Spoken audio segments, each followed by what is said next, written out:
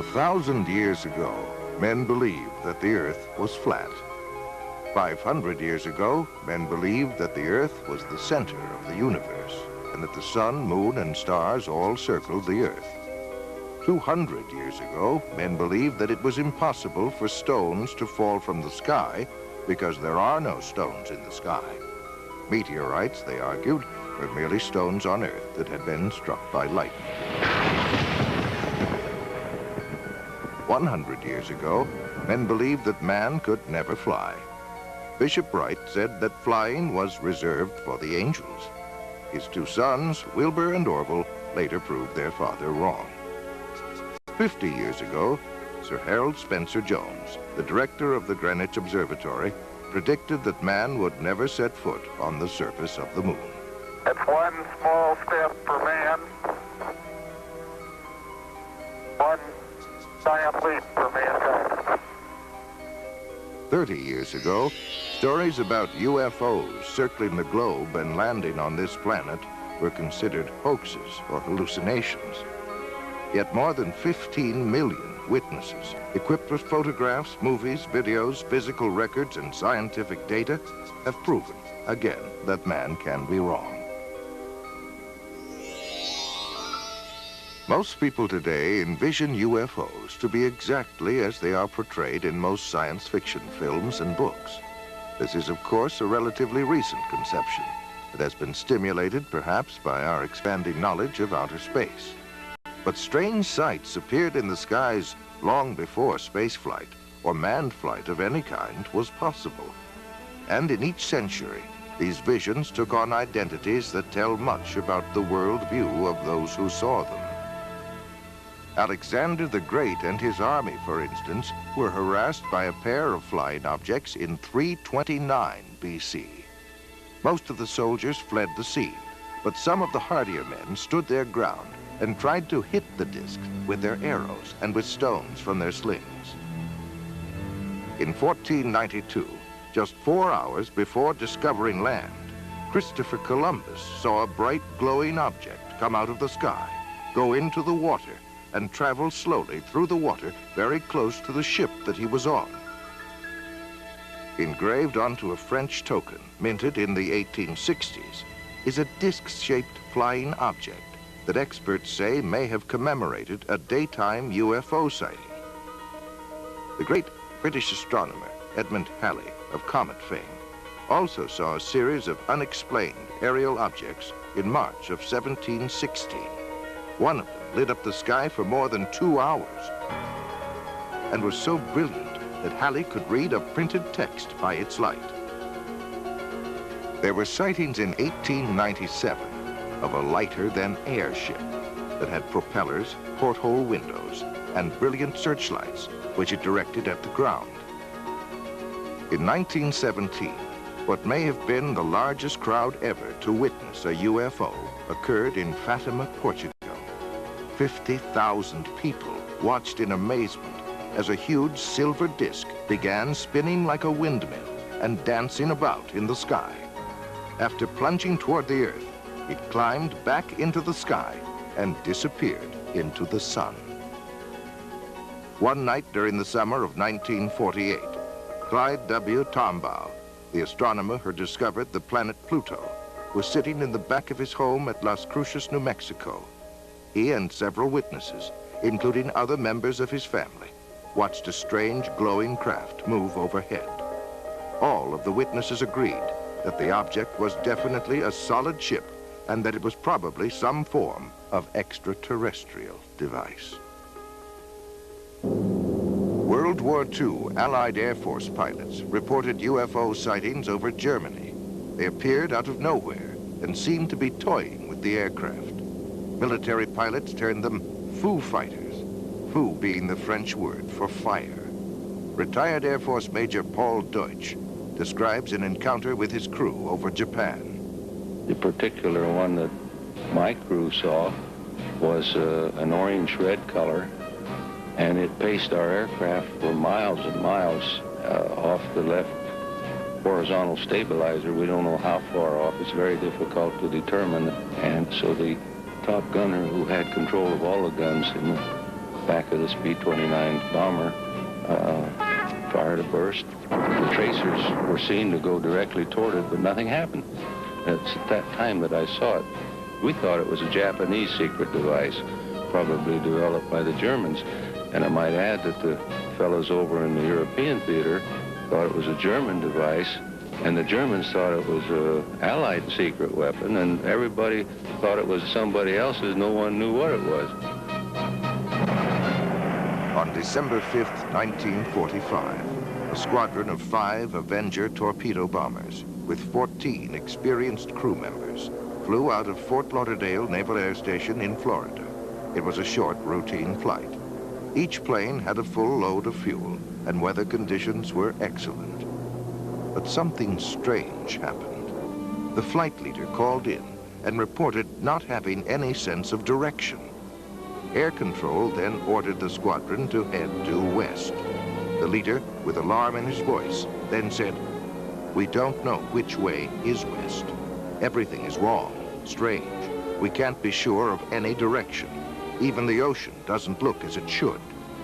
He then stated that weird, unidentified aircraft were closing in on them. His radio went dead. All 5 planes disappeared without leaving a trace. A giant Martin Mariner with a crew of 13 was dispatched to search for the 5 missing planes. It had the capability to land on the roughest of seas, but this plane also disappeared into the grim silence of the Atlantic. What followed was the greatest search operation in history. For 5 days, an armada of 300 planes and 21 ships crisscrossed the sea and sky. But no trace of the 6 aircraft or 27 crew members were to be found. To this day, it remains a mystery as to what happened. Some believe the mystery may be found in the UFO phenomenon, wherein lie a number of questions. Could UFOs possibly be real? If so, what intelligent forces are behind them? What are their intentions? Are they hostile, friendly, or merely curious? Where do they come from? Do they originate on Earth, or do these machines and creatures come from somewhere out among those mysterious winking stars in the black vastness of space? Orson Welles comments. The discovery of just one bacteria on Mars, or any other body of the solar system, would indicate that the whole chain of evolutions, cosmic, chemical, and biological, is at work everywhere. In that case, the creation of life anywhere in the universe would be more the rule than the exception. In that case, there may be other intelligent civilizations capable of communicating with us. In the impact on ourselves of contact with another intelligent civilization, how it might come about and what the effects might be, is now being discussed by serious thinkers the world over. This symposium at Boston University includes astronomer Carl Sagan, anthropologist Ashley Montague. Krista Stendhal is Dean of the Harvard School of Divinity. Professor Berenson teaches a course entitled Search for Life in the Universe. Professor Philip Morrison of MIT co-authored the first seriously reasoned paper on possible modes of communication with extraterrestrial life. George Wald won the Nobel Prize in 1971 for his work in physiology. The most optimistic estimates, in the view of many, about the number of civilizations that there might be in the galaxy is of the order of 1 million, which means that only 1 in a few 100,000 stars has such a civilization. That would mean a billion such places just in our own galaxy that might contain life. As I believe there's a society of these groups, not just one. There are probably very many. If there's only one, we have no hope of finding them. There are probably thousands, maybe as many as 1 million. When we speak of life beyond Earth, what we generally mean is, of course, intelligent life, something resembling our noble selves. It is highly probable that there are such intelligent forms of life in other galaxies in the universe. And it is even more probable that many of these forms are vastly more intelligent than we. I'd like to quote a short passage from a recent report of the Astronomy Survey Committee of the prestigious and august National Academy of Sciences of the United States, probably the nation's most distinguished scientific body. This was printed in May of this year. Quote, "Each passing year has seen our estimate of the probability of life in space increase, along with our capabilities of detecting it. More and more scientists feel that contact with other civilizations is no longer something beyond our dreams, but is a natural event in the history of mankind."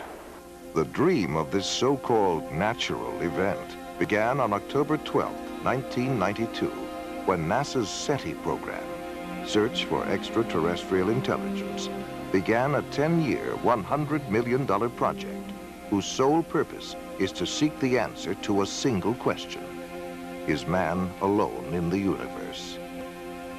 The centerpiece of the SETI program is the Arecibo radio telescope in Puerto Rico.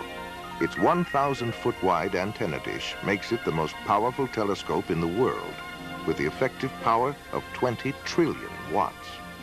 It is manned by more than 100 physicists, astronomers, computer programmers, and technicians who are staring at control panels in hopes of discovering radio waves that were created by intelligent beings. But why all of this special attention to the search of intelligent life beyond Earth? Some would argue that it is the byproduct of what has become known as the modern flying saucer era, which began on June 24, 1947. Kenneth Arnold, a 32-year-old Boise, Idaho businessman, was flying his single-engine plane over the Cascade Mountains of Washington. Arnold tells his story. I had reached the altitude of about 9,200 feet when a very brilliant flash lit the sky around me and actually lit up the airplane that I was flying. And I could see way off to the right, coming in the vicinity of Mount Baker, a whole chain-like string of aircraft coming at a tremendous speed. I could see plainly that they didn't have any tails. I had never seen aircraft of that kind. And I made a quick judgment that they must be approximately 100 foot in their wingspan. And the first unit or first craft flew at a higher altitude than the last. And of course, this is completely reversed from our normal flight patterns. I had a good fix with Mount Adams, and I thought I'd try to clock their speed between Mount Rainier and Mount Adams. Arnold estimated the speed of the craft at an astounding 1,700 miles per hour, nearly 3 times faster than any jet he had ever heard of. He was asked by a reporter to describe the mysterious objects. You know, they would skip and sail and give off these flashes, and you take a saucer and you skip it across the water, and it's erratic. And this is how the name Flying Saucer was born. This was the day, June 24th, 1947, that marked the beginning of what is known as the modern flying saucer era. What followed would be thousands upon thousands of unidentified flying objects over North America as well as other parts of the world. It seemed to hover for a matter of maybe 1 or 2 seconds, and then was out of sight within 2 or 3 seconds, which was a lot faster than it had been traveling originally. We were using our red lights and our aircraft landing lights, which is a spotlight, and pointing them or directing them at the UFO. And it was reacting to it audibly on occasion, and it did make a movement towards the lights. As we turned the light off, then it would return to its original position and remain stationary again. But it was reactive to the lights. I judged it to be at least 150 feet across it. It was saucer-shaped with a high dome. It was very shiny underneath. It was a porcelain-type finish. And I was getting a tremendous shock all over my whole body. My hair was standing up, and I had electrical static feeling over my hair on my arms and my head. I thought it was doomsday. He was standing at the doorway screaming at me to get up. We got to get out of here. It's going to get us. And I looked out there, and it was pitch black when I first looked. And by now, he's got a hold of me, and he's shaking me, and he's screaming at me, which Bill doesn't scream. I mean, he's just hysterical is the way I can explain the way he was. And he keeps telling me we got to get the kids out of here. It's going to get us. And I didn't see anything. So I looked again, and all of a sudden I saw this like a real bright light. And I still didn't know what I was looking at. I didn't know what had scared him. But after looking at the way he was and looking at what I saw, I knew I better listen to him. So I went down the hallway and grabbed my daughter. And I came back to the hallway and went out the front door, and he had grabbed our son by then. When he came back up the second time, I felt like death was at hand. I think this was it. And as soon as it touched down, then the whole area just lit up. You couldn't see anything inside, but you could see the outline of the whole object. It was going through the sky. Not really, it didn't seem to be going really fast. After a while, it just started straight up in the air. They were about 4 feet 10. Had very large heads. No hair on their heads. No eyebrows. No whiskers or anything like that. They had very large eyes.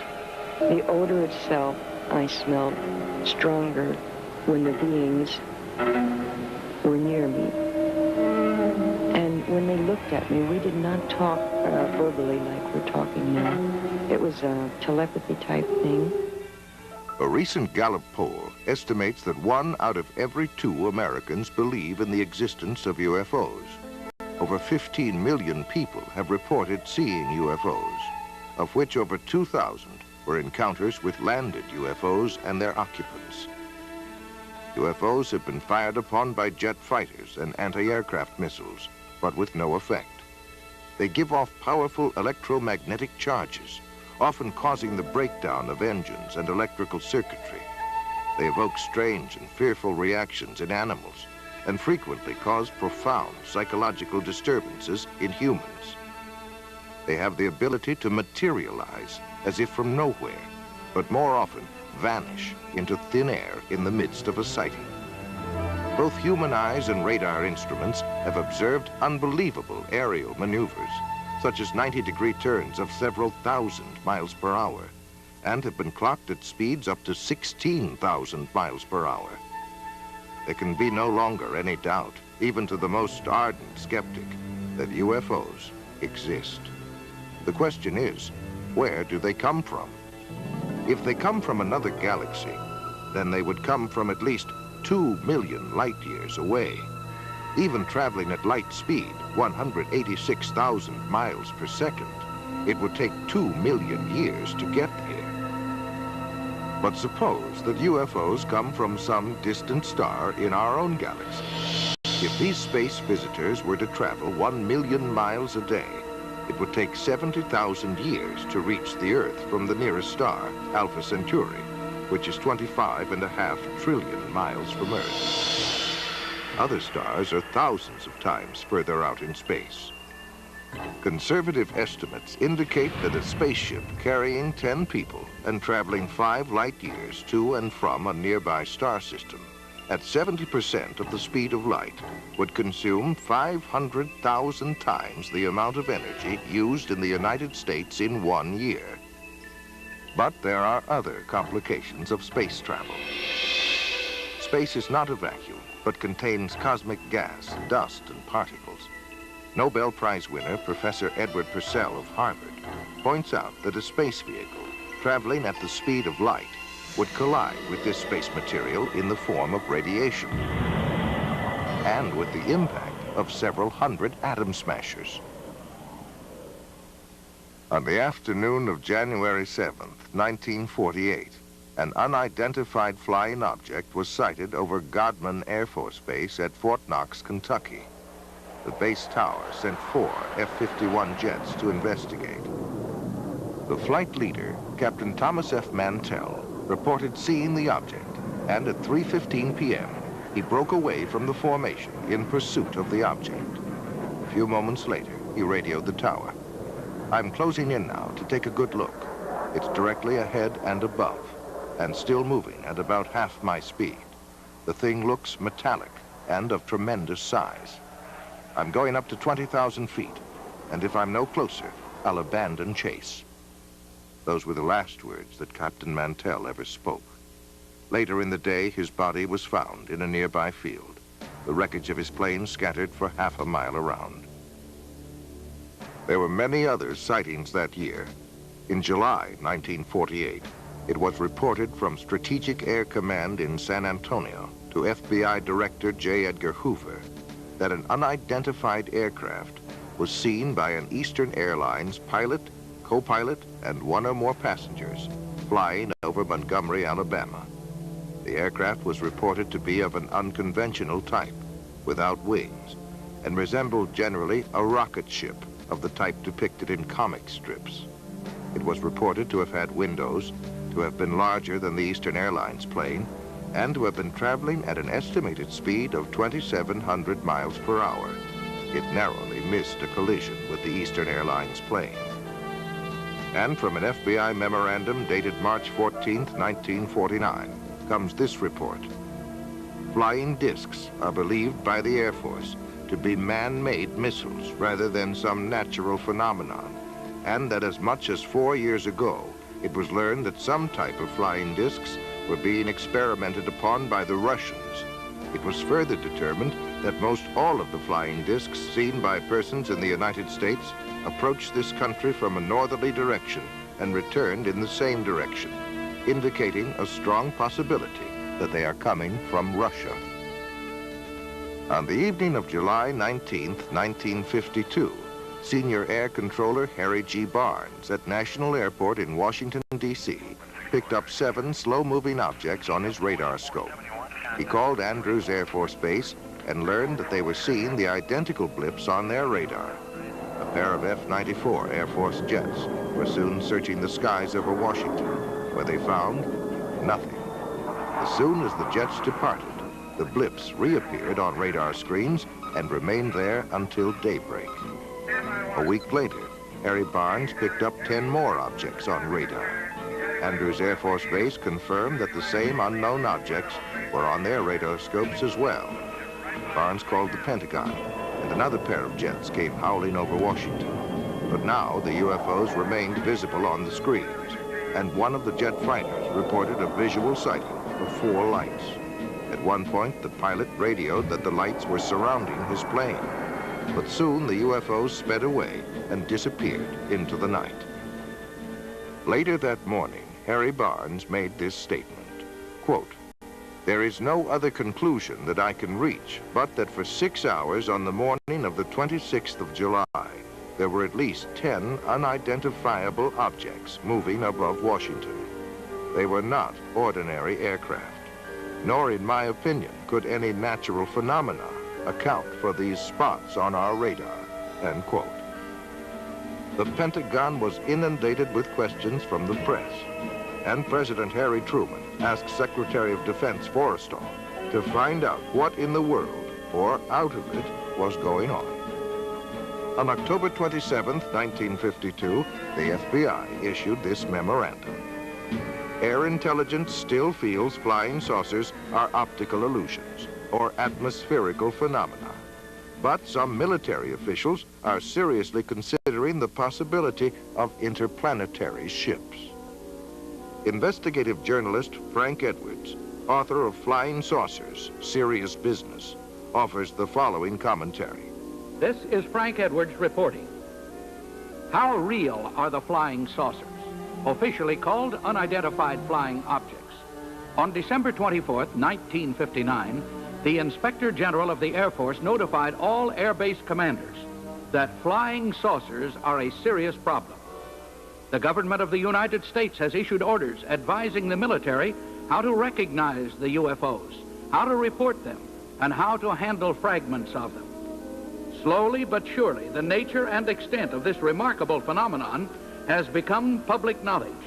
By patiently piecing together these bits of evidence as they become available, by carefully weighing the guarded statements of scientists and military agencies involved in the study of unidentified flying objects, we shall see that they are indeed serious business.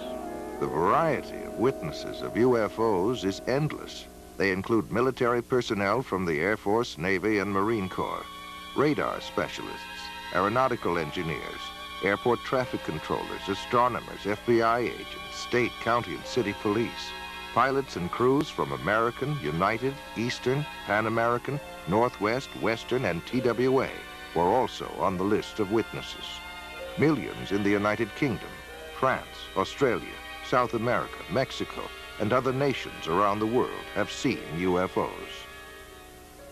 For 18 years, the late Dr. J. Allen Hynek headed up the Air Force investigation into UFOs, called Project Blue Book, and was acknowledged to be the world's foremost authority on UFOs.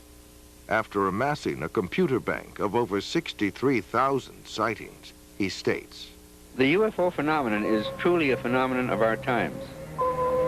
It is an extremely puzzling one and calls forth a wide spectrum of opinions. No matter what one may think about UFOs, no matter what one may believe about them, whether it is all nonsense or whether they represent something very, very real, three facts stand out, three facts which no one can deny. The first is that UFO reports exist. Secondly, that UFO reports come from all over the world. And the third is that many are made by highly responsible people, often scientifically trained. We scientists have no positive proof yet of the origin or even of the reality of these strange reported craft, but we do know that the reports themselves are very real. To find the answer to this magnificent scientific puzzle, the UFO phenomenon, we need to approach it with a truly open mind so we can explore all possible avenues of explanation." Among those who claimed to have seen UFOs was Senator Barry Goldwater, who said, quote, "Flying saucers, unidentifiable flying objects, or whatever you want to call them, are real," end quote. Astronaut Gordon Cooper said, quote, "I believe these extraterrestrial vehicles and their crews are visiting this planet from other planets, and they're obviously a lot more technically advanced than we are here on Earth," end quote. Prince Philip of England is a flying saucer fanatic. He meticulously charts all important saucer sightings on a gigantic wall map in his private study at Buckingham Palace. General Douglas MacArthur was the supreme commander of all Allied forces in the South Pacific during World War II. He believed in UFOs and even commissioned a report that was over 20,000 pages long. During one of his last speeches to the cadets at West Point, he said, "Gentlemen, the next war will not be an international war, but an intergalactic war." He assumed that not only were there UFOs from another planet, but that they were hostile. One fall evening in 1969, Georgia Governor Jimmy Carter was preparing for a speech in the little town of Leary when he spotted a bright object in the western sky. Carter describes his experience. There were about 20 of us standing outside of a little restaurant, I believe, a high school lunchroom, and a kind of a green light appeared in the western sky. This was right after sundown, and it got brighter and brighter, and then eventually it disappeared. It was not, didn't have any solid substance to it. It was just a very peculiar looking light. None of us could understand what it was. Former President Ronald Reagan made statements concerning UFOs on 18 different occasions while in office. The following is an excerpt from one of his speeches. "I've often wondered, what if all of us in the world discovered that we were threatened by a power from outer space, from another planet? Wouldn't we all of a sudden find that we didn't have any differences between us at all?" After leaving the White House, Reagan admitted to having seen a UFO while he was governor of California. He was aboard the governor's plane at the time. His wife, Nancy, as well as several other people, also saw it and described it as a green, glowing UFO. They chased it for some 300 miles before it went out of the plane's range. On November 7th, 1975, an alarm went off at Malmstrom Air Force Base in Montana, the site of launching facilities for Minuteman missiles. A sabotage alert team immediately went to the site, where they saw a glowing orange disk the size of a football field hovering over the area. It began to rise, and the North American Air Defense Command radar picked it up when it reached an altitude of 1,000 feet. 2 F-106 jet fighters were dispatched from Great Falls, Montana to intercept the craft. But before the fighters arrived, it disappeared from the radar screens. The next day, there were more sightings, both visual and radar, over the base. Each time the jets screamed into the area, the UFOs shut off their lights and reappeared only after the jets left. In the next 8 months, 130 similar reports were logged at the base and in the surrounding county. An early and prominent champion of UFOs was one Donald E. Kehoe, a U.S. Naval Academy graduate and retired Marine Corps major. In the January 1950 issue of True magazine, he wrote a comprehensive article on UFOs. It caused an instant sensation and became one of the most widely read and discussed articles of the day. He claimed that none of his high-level sources would talk about UFOs, which he took as powerful evidence that something tremendously important was being covered up. This is not an attack on the Air Force spokesman or the project spokesman. They are simply following orders to explain away all UFO sightings as quickly as possible when they become public and deny that UFOs really exist. We have not been hiding anything. The investigations have been made public. The explanations of those where there is a clear explanation have been made public. He later became director of the National Investigation Committee on Aerial Phenomena, where he questioned many governmental agencies about their possible involvement or knowledge of UFOs. The following is an excerpt of a letter from the FBI in answer to one of Major Kehoe's inquiries. In response to your letter of September 22nd, 1958, this Bureau does not have information on unidentified flying objects which can be released. This does not imply that this Bureau has information concerning unidentified flying objects which cannot be released. Possible communications with extraterrestrial vehicles from another planet, should the unidentified flying object prove to be an extraterrestrial, is not a function of the Federal Bureau of Investigation. Signed, John Edgar Hoover, Director of the FBI. There are 6 distinct categories of sightings. Close encounters of the first kind refers to a mere sighting of an unidentified flying object. Close encounters of the second kind includes both the sighting of a UFO as well as tangible proof of the craft having been there, such as marks on the ground, the scorching of grass, or the interference of electrical circuits.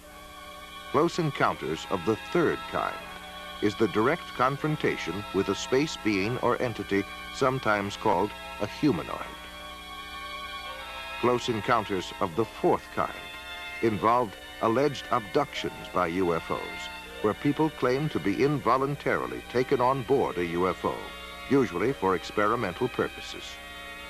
Close encounters of the fifth kind involve contactees, or those persons who claim to be in personal contact with UFO entities, usually through metaphysical or occult means.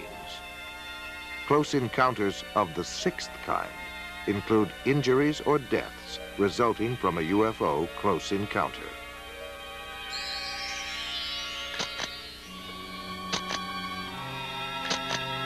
One of the greatest waves of UFO sightings in modern history came in 1965, with more than 500 cases reported during the summer months alone. One such case was near Ann Arbor, Michigan, where 50 people and 12 police officers in 3 counties reported having seen objects flashing across the pre-dawn skies. That evening, 87 female students at Hillsdale College near Ann Arbor watched an object flying around and flashing bright lights for a period of about 4 hours. Life magazine said, "Call them what you will, flying saucers, unidentified flying objects, or optical illusions, they are back again and seen by more people than ever before." Last week, the manifestation seemed almost to have reached the proportions of an invasion. In Washington, House Minority Leader Gerald Ford called for a full-blown investigation. Thus, the first congressional hearings on UFOs began as a closed-door session on April 5th, 1966. Their conclusion was that a major university be given the job of researching the UFO phenomena. The job was given to the University of Colorado, and Edward Condon, professor of physics, would serve as chairman of the group. After much research, a 1,465-page report was completed by 36 authors at a cost of more than $500,000. The report was summed up under the section titled Conclusions and Recommendations. It states, "Our general conclusion is that nothing has come from the study of UFOs in the past 21 years that has added to scientific knowledge. Careful consideration of the record leads us to conclude that further extensive study of UFOs probably cannot be justified in the expectations that science will be advanced thereby." On April 17, 1966, Sheriff's Deputies Dale Spower and Wilbur Neff had just investigated an accident when they noticed a glowing object about 1,000 feet above the ground in eastern Ohio. They then began pursuit at speeds of nearly 90 miles an hour. The third officer, Wayne Houston, was listening to their radio and joined the chase. 85 miles later, they pulled into a service station for refueling, where they met patrolman Frank Panzanella, who had also been tracking the UFO. The officers all stood together, watching the object hover to the east. At that point, the object shot upward at great speed and disappeared. Project Blue Book was called in to investigate. The official Air Force version was that at least 5 experienced police officers, one of them a veteran air crewman, had conducted an hours-long high-speed chase of the planet Venus. For more than 20 years, from 1948 through 1969, the United States Air Force was in charge of investigating UFO reports. The first study, established in 1948, was called Project Sign. Its conclusions were that UFOs were real and estimated them to be interplanetary craft. The Pentagon rebuked the report, calling it science fiction fantasy. The next report, called Project Grudge, was established in early 1949 and would proceed in secrecy. The critics of this investigation complained that the Air Force wanted to control all research on UFOs and that its mandate seemed to deny or explain away all sightings. Project Grudge did not last long and was officially dissolved in December of 1949.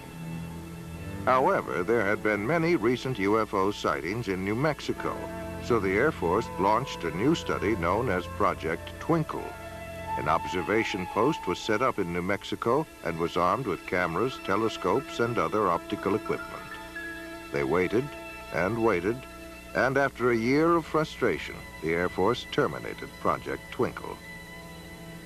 It was not long after this that the government began a new policy of cooperation with the press by issuing regular releases about sightings and investigations. This was followed by a boom year of over 1,500 reports in 1952.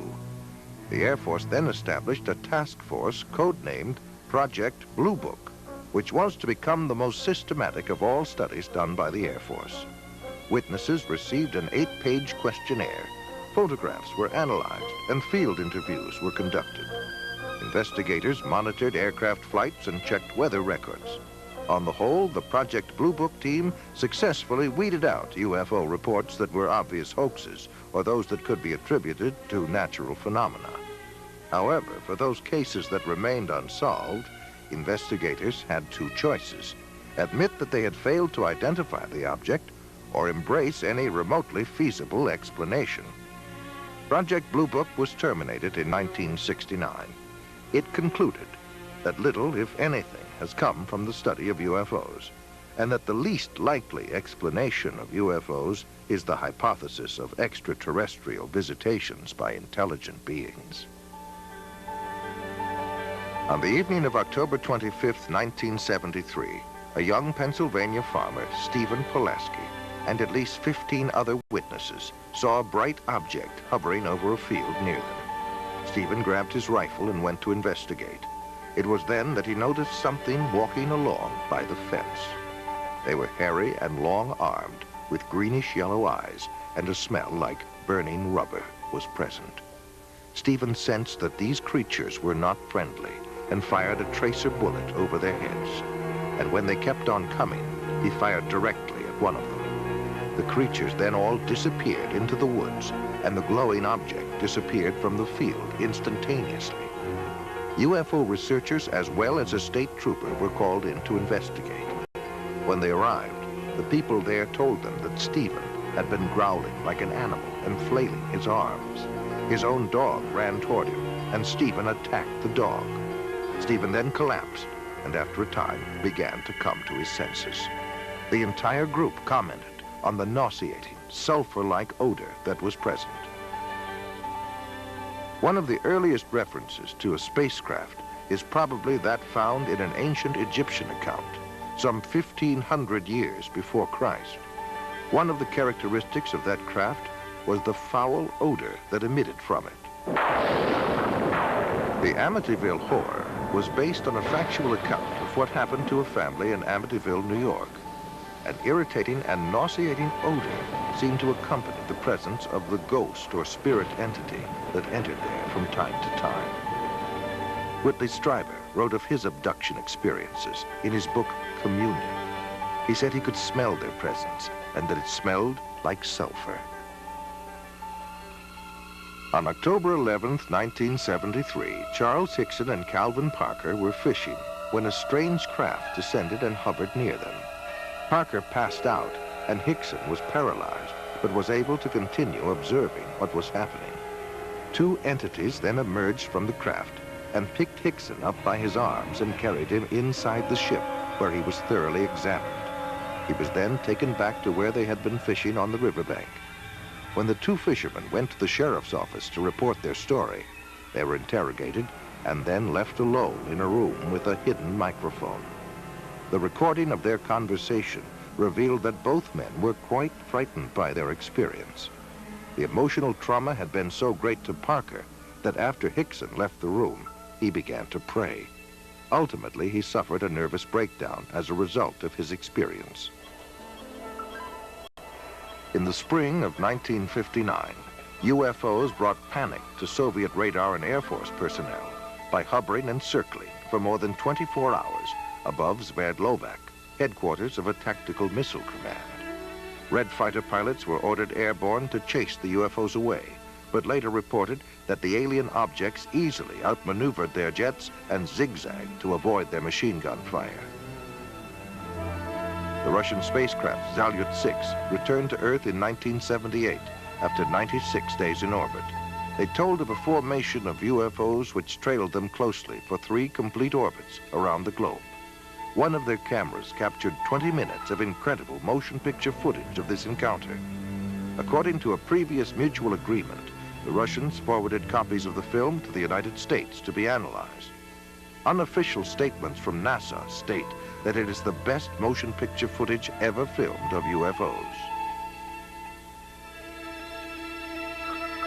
The foremost Russian authority on UFOs, Dr. Felix Zeigel, contends that UFOs may have frightened, harassed, and possibly even killed Russian cosmonauts on their missions. T-minus 25 seconds. 20 seconds and counting. T-minus 15 seconds. Guidance is internal. 12, 11, 10, 9. Ignition sequence start. 6.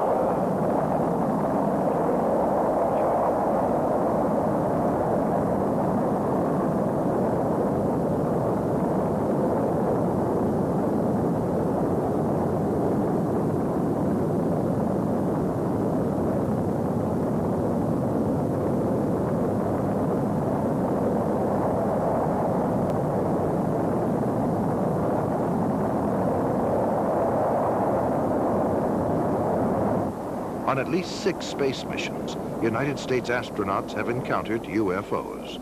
Journalist Frank Edwards records the following incident. As Major Cooper was making his final orbit of the Earth in May of 1963, he was approaching Perth, Australia.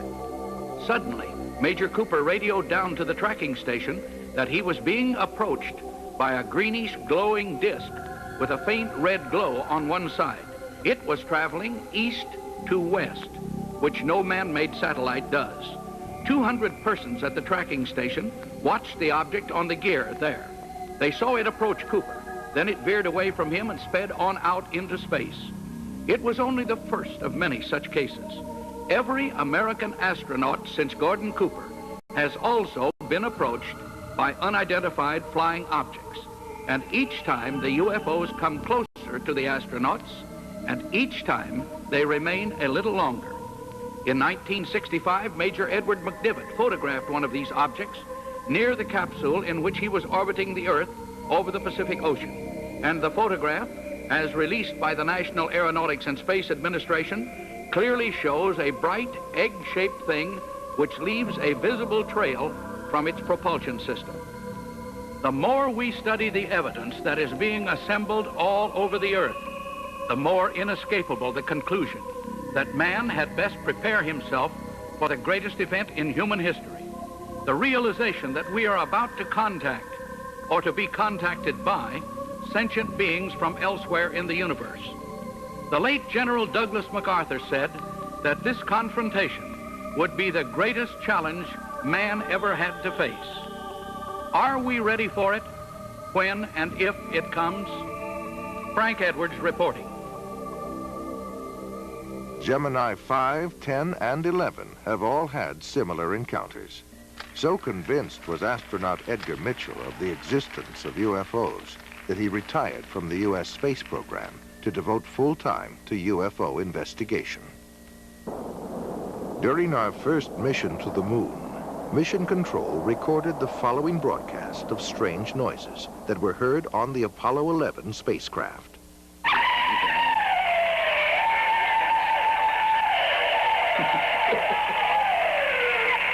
This is Apollo Control. Still no explanation.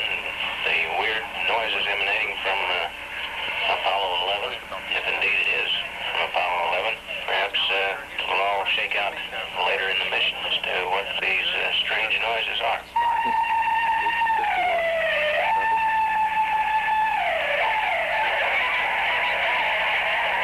NASA says UFOs have reportedly dogged the U.S. space program since the very beginning. UFO researchers claim that NASA's own logs show that virtually all of the early Gemini and Apollo missions encountered UFOs. NASA has explained most of these sightings as space debris or solar flares, but some of its own astronauts have disagreed. UFO sightings have been reported by James Lovell, James McDivitt, Wally Schirra, Deke Slayton, Gordon Cooper, and others. In March 1989, some strange transmissions occurred during a space flight. A Maryland ham radio operator picked up the voice of Discovery pilot Colonel John Blaha speaking on a secret NASA channel.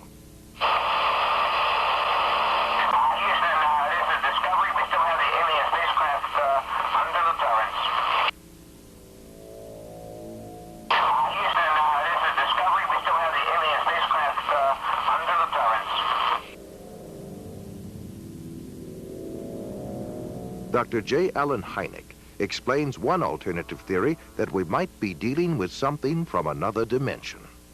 One of the most intriguing aspects of UFO sightings is their apparent isolation in space and time. Sightings are usually made in one place at a time and last for short periods, sometimes appearing out of nowhere and vanishing into nowhere. This is much more suggestive of a parallel reality than, let's say, visits from some faraway planet, in which case we might expect them to stick around for a while. The British journal Flying Saucer Review was established in 1955 and is widely recognized as the leading UFO publication in the world. It is authored by over 50 experts worldwide who conduct major UFO investigations. Yet an official statement by editor Gordon Creighton is most amazing. Quote, "There seems to be no evidence yet that any of these craft or beings originate from outer space." End quote. Close encounters of the fourth kind are by far the most frightening. Those who claim to have been abducted by aliens and taken against their will.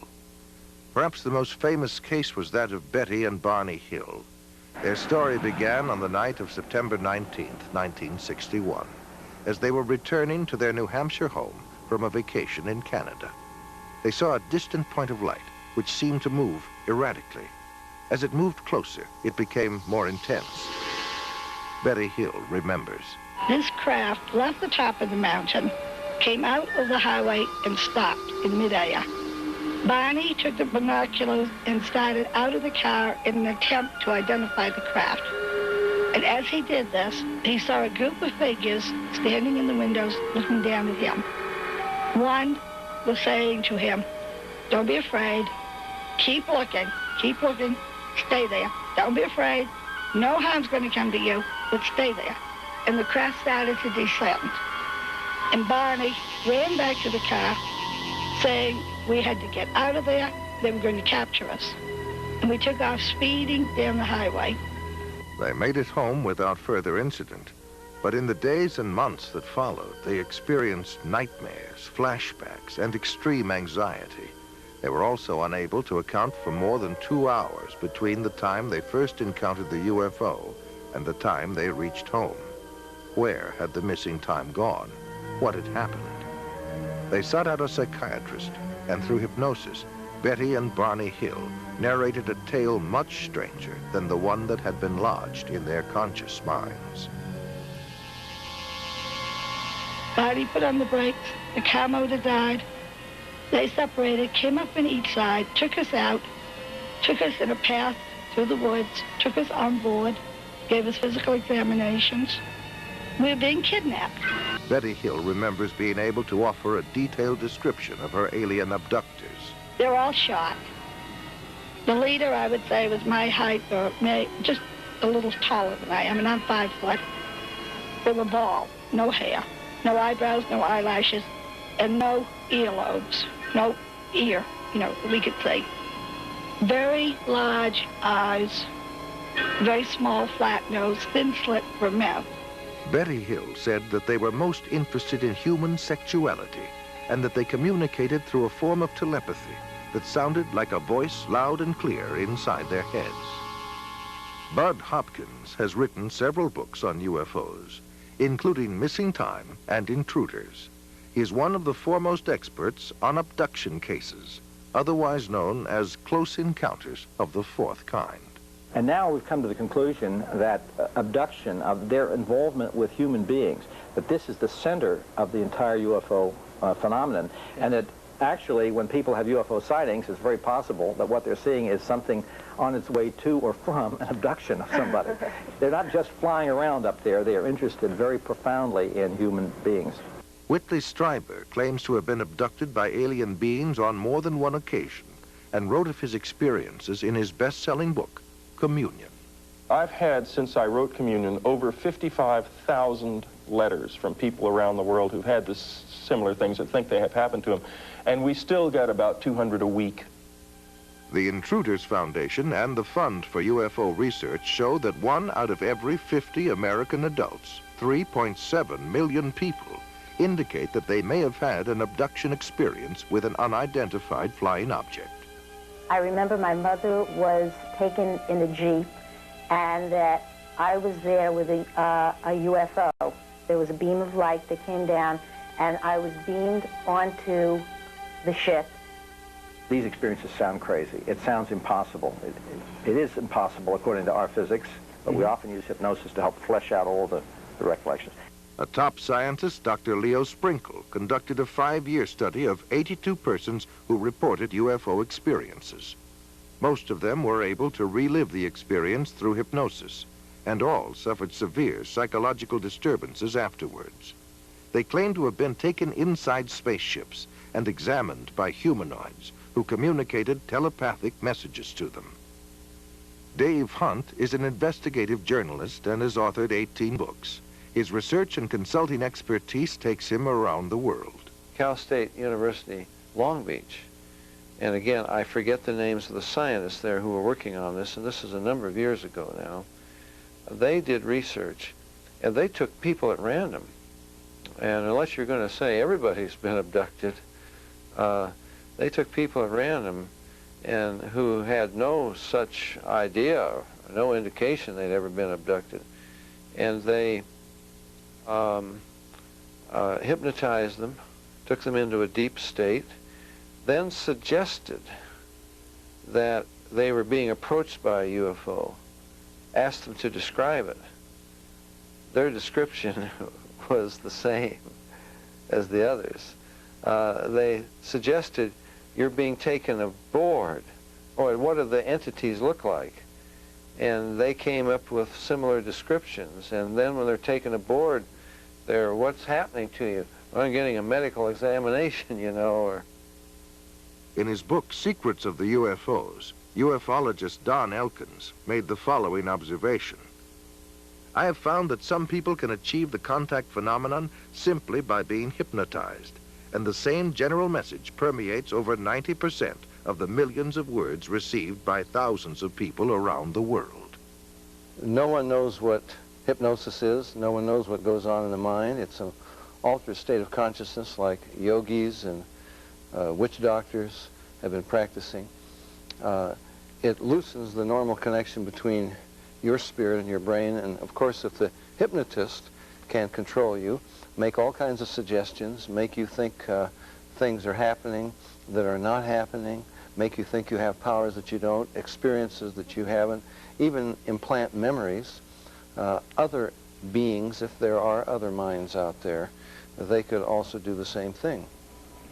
Sir John Eccles, Nobel Prize winner for his research on the brain, describes the brain as, quote, a machine that a ghost can operate, unquote. What he means by that is your spirit operates your brain in a normal state of consciousness. In an altered state, reached under yoga, TM, hypnosis, you have loosened the normal connection between your spirit and your brain, and that allows another spirit, other entities, other minds to interpose themselves and begin to tick off the neurons in your brain, create a universe of illusion. I believe that it's demonic. I think all of the evidence indicates this. I'm a hypnotherapist. Oh, very interesting. So I have been able to do hypnosis for many years and have naturally been able to go into a very deep trance. And I can do that on my own. And that's really how it came about. I went to a course. I was always told that I would be a trance channeler, and I went, well, okay. Which is? Okay. Someone who is able to go into a trance and to allow spirits to speak through them. Okay. Some people claim that by allowing themselves to be put into an hypnotic trance, they are acting as a channeling device in which the extraterrestrial being speaks through them. The following is an actual sampling of those messages. We come from the Interplanetary Confederation of Solar Systems, and our purpose is to aid our brother man on the planet Earth as the new age dawns. The teacher that was known to you as Jesus was able to use many more of the abilities than the people of this planet. Unfortunately, man upon planet Earth has misinterpreted the meaning of this man's life. He was no different from any of you. He was simply able to remember certain principles. These principles may be realized by anyone at any time. It is only necessary that you avail yourself to our contact through meditation in order to begin to re-realize that which is rightfully yours, the truth of the creation and the truth of your position in it. Know ye not that ye are gods? We have been puzzled at times by the inability of the people in general of this planet to be awakened to this simple truth. We find that the state of hypnosis brought about by the evolution of thought of the people of this planet is so great that it is necessary for him to maintain a constant awareness of his spiritual nature with meditation. Man is now in the transitional period before the dawn of a new age. With peace, love, brotherhood, and understanding on man's part, he will see a great new era begin to dawn.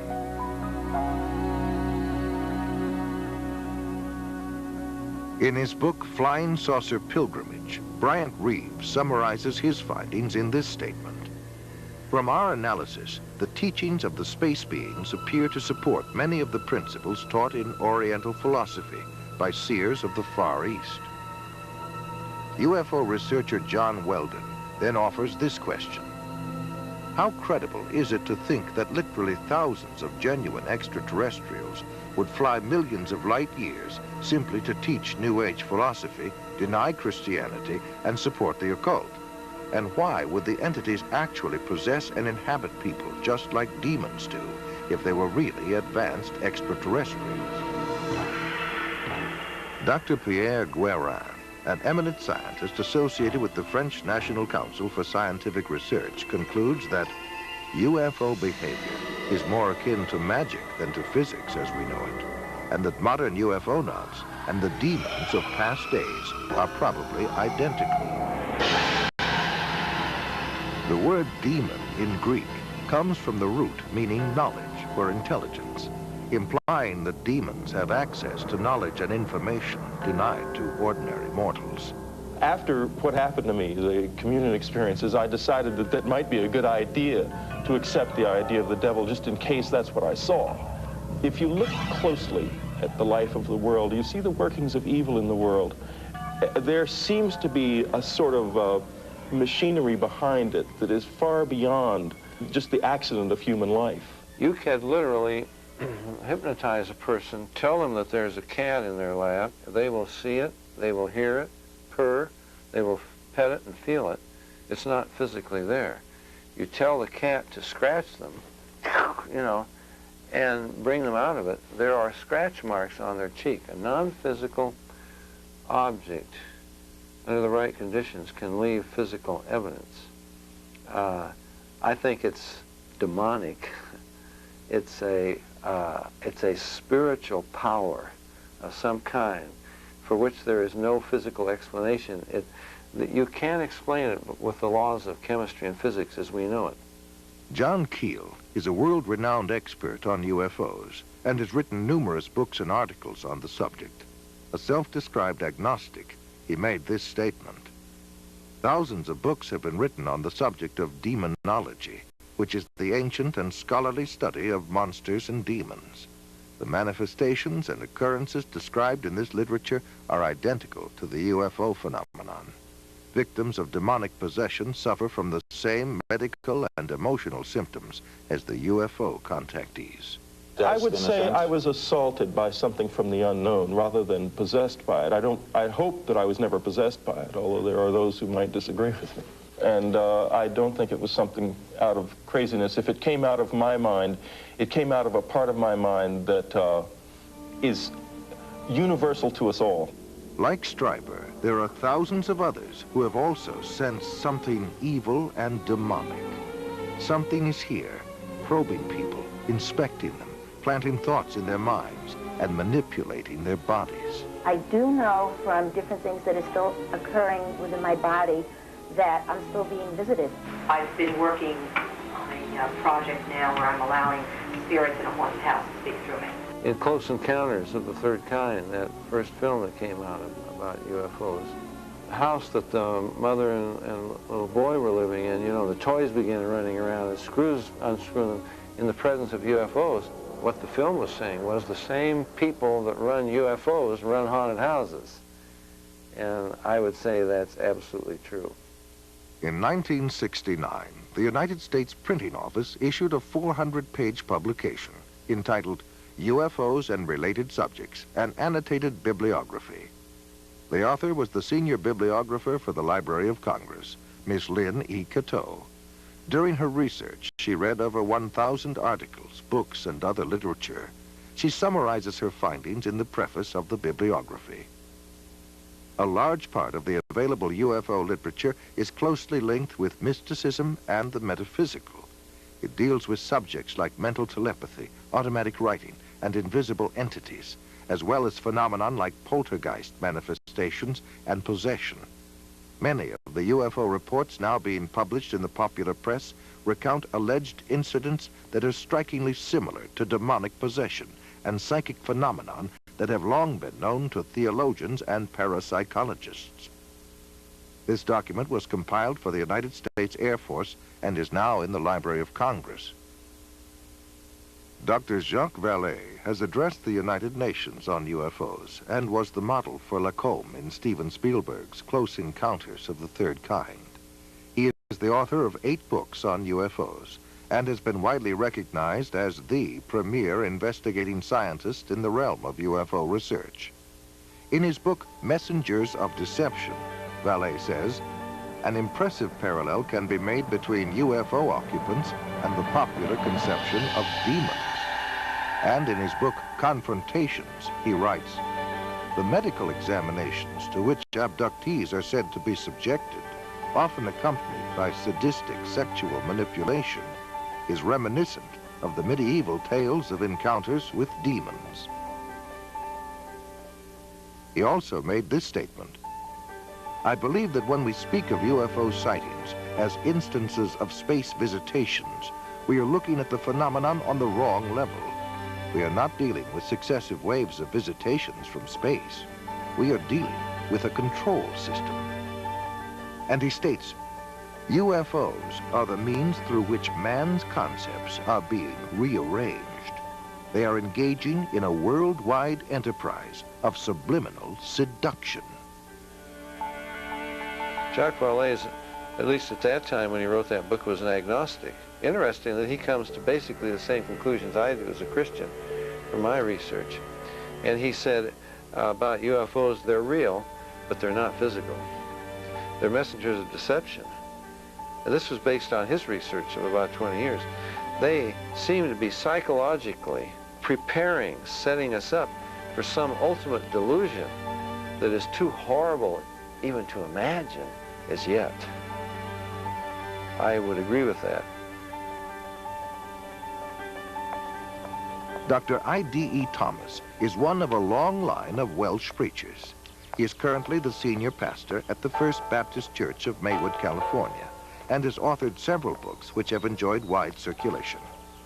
In his book, The Omega Conspiracy, Dr. Thomas explains the phenomenon of unidentified flying objects and offers an explanation that could identify the beings who operate them. As incredible as his explanation may sound, let us regard the ancient saying of Heraclitus, who 500 years before Christ said, "Because it is sometimes so unbelievable, the truth escapes becoming known." The answer to all this and the clue to this cosmic riddle may be found in the ancient book of Genesis. And back there in chapter 6, we are told of a very amazing and bizarre event. The sons of God saw the daughters of men and saw that they were beautiful, and they lusted after them. And then we read they married them and sired children from them. For the past 1,500 years, most scholars, including evangelical scholars, have interpreted the sons of God as the good sons of Seth, and the daughters of men as the wicked daughters of Cain. They've adopted that interpretation because the other one is so bizarre and outlandish. The ancient interpretation, and in my opinion the correct one, is that the sons of God were demonic beings or fallen angels, and that they came down to earth, they lusted after the daughters of men, they married them, and produced this amazing progeny, this hybrid progeny of the Nephilim. And the very word Nephilim does not mean giants. It comes from the root Nephal, fallen ones. The early Christian fathers in the first 4 centuries, men like Irenaeus, Tertullian, Ambrose, for 400 years they knew no other interpretation except that the sons of God were angelic beings. Josephus, the cosmopolitan Jewish historian, says the same thing.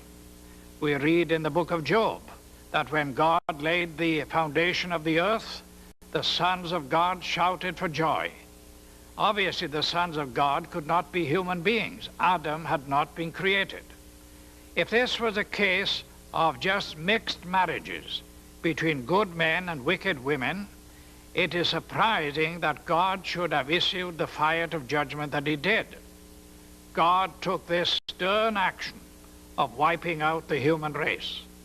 Now, the only family that were left intact in order to re-establish, repopulate the new world was the family of Noah. Noah, we are told, was perfect in his generations. The word perfect does not mean, in this case, morally perfect, because we know from the story of Noah, and especially what happened after the flood, that Noah was not perfect. What it means is like a lamb for the paschal sacrifice, that lamb had to be without blemish, physically pure, without blemish. So it seems was the case of Noah, the only family that remained uncontaminated from these strange beings that appeared from space. The only line that was pure and clean from God's standpoint to start a new world and a new civilization. Jesus said, as in the days of Noah, so in the days of the coming of the Son of Man. Of all the patriarchs and prophets of the Old Testament, the key to prophecy above all others is Noah. And something happened in the days of Noah that was a distinctive characteristic of Noah's time that didn't happen before or after. Wars and famines and pestilences and natural disasters have always happened. But something happened in the days of Noah, and the most sinister and bizarre of all the things that happened was this intermarriage between the angelic race and the human race. And of course, the mastermind behind it all was another angel, a fallen angel, Lucifer.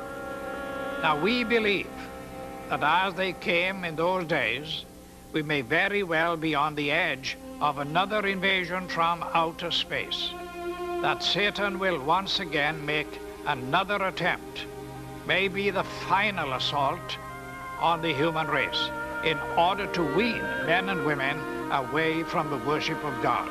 He has tried before, he will inevitably try again. And by seducing the human race, by sending these so-called entities from space, demonic beings, he will try to get people all over the world to worship him and to deprive God of the worship that is due to him. Fortunately, we know what the end result is going to be. But this final or omega assault that will come at the end of time may trigger the coming back of Jesus Christ to rescue his own. Satan has failed before, and the Bible predicts he will fail again. We are told quite emphatically in God's word that the kingdoms of this world shall become the kingdom of our God and of his Christ. Satan will make the attempt, but our God, greater is he that is in you than he that is in the world.